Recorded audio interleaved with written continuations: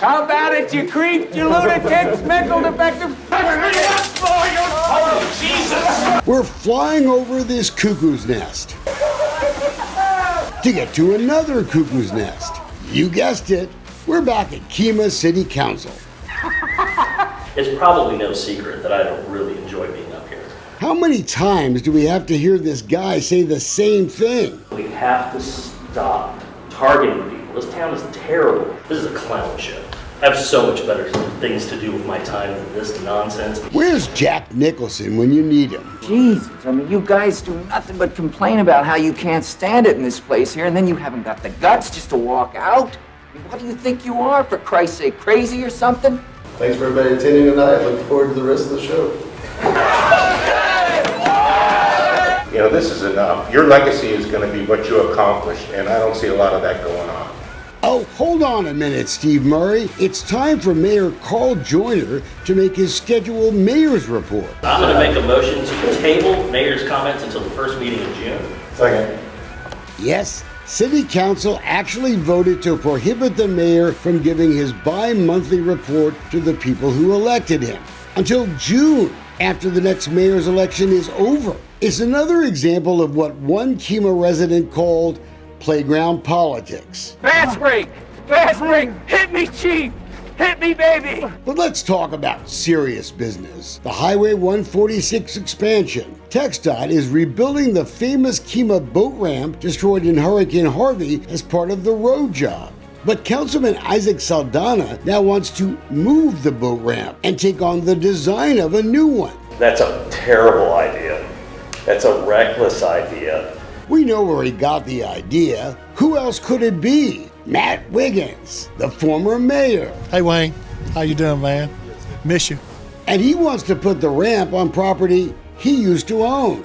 Court records show that 3 days after TxDOT finalized the condemnation of Wiggins' waterfront property for the road job, TxDOT had condemned the property as part of the 146 expansion in April of 2022. Just 3 days later, Wiggins floated the idea for a boat ramp on that exact property, with a waterfront park and a place for shows. A Kemah game changer, he called it. Wiggins wanted a resolution supporting the specific placement of the boat ramp. Lead, follow, or get out of the way, he would tell Saldana. In June of 2022, Saldana told Wiggins the boat ramp is not a KCDC project. Guess he changed his mind because the KCDC voted to do it. The vote was 10-8. The chief, he's got his hand up, look.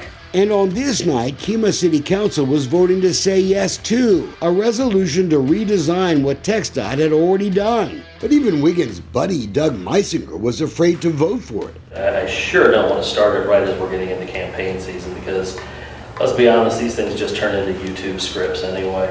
Oh, come on, you're not going to say that now. You're not going to say that now. TxDOT is very clear that if it's not put in the regular place, then Kemah's paying for it.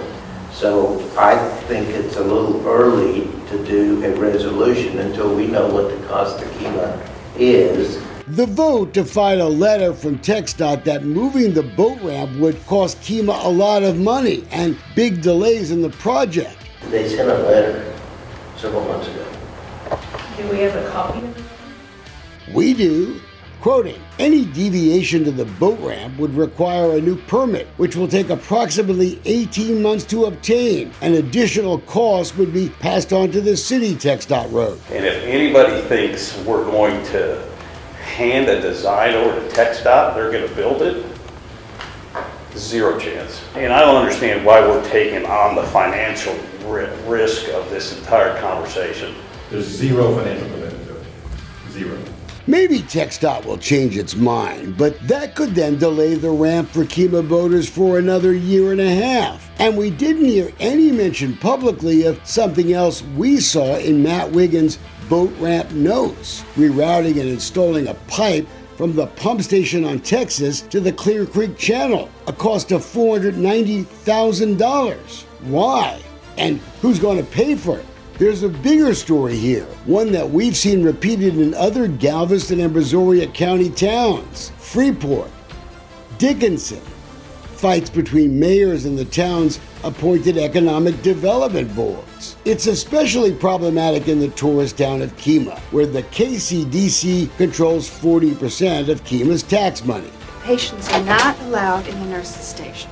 The KCDC has more than $4 million, and there is little evidence the money is being spent on much economic development. But it's clear Wiggins doesn't want the mayor of Kemah to get his hands on it. Wiggins came in last in the mayor's election, but from emails, it's clear he still has lots of plans as a member of the KCDC, like blocking the use of economic development money for road projects, like Anders Lane. The cost of needed repairs are skyrocketing in the meantime. Joyner wants to do it, but Wiggins calls it millionaire welfare, not a legal use of KCDC money. Quote, follow the statutes. All I ask, Wiggins wrote. That from the same guy who told us 2 years ago this, when the subject was ethics. I don't read the statutes. Isaac Saldana's response was kind of a classic. Quoting, is it that it's not your idea? Or is it that it doesn't benefit the convention center? I'm not putting the convention center on the agenda. Wiggins has been pushing privately for another discussion of the rejected convention center idea. If built, it would certainly benefit some of his real estate. And that's always been one of the problems with Matt Wiggins having any role in Kemah government. We've been warning you guys for years. It's conflicts of interest. When City Council appointed Wiggins to the KCDC board for a fourth time, they set up Kemah for more of this political drama.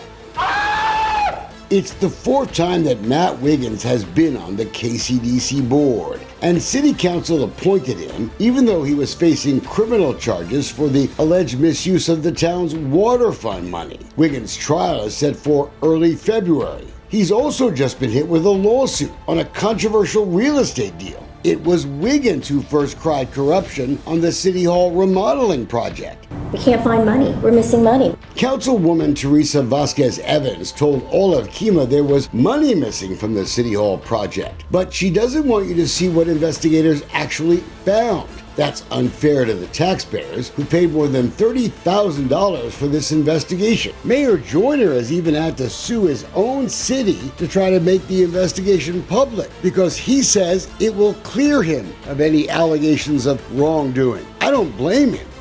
If I've given anybody the illusion that I like being on city council, let me apologize right now. This is a clown show. Actually, Mr. Meisinger, it's a cuckoo's nest.